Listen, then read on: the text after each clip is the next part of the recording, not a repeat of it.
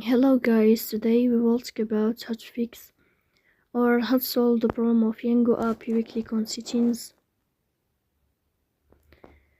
In this page we click on apps, default apps, app settings. Then we will search about the application of Yango and you will click here. After that we click on first stop and you will click OK.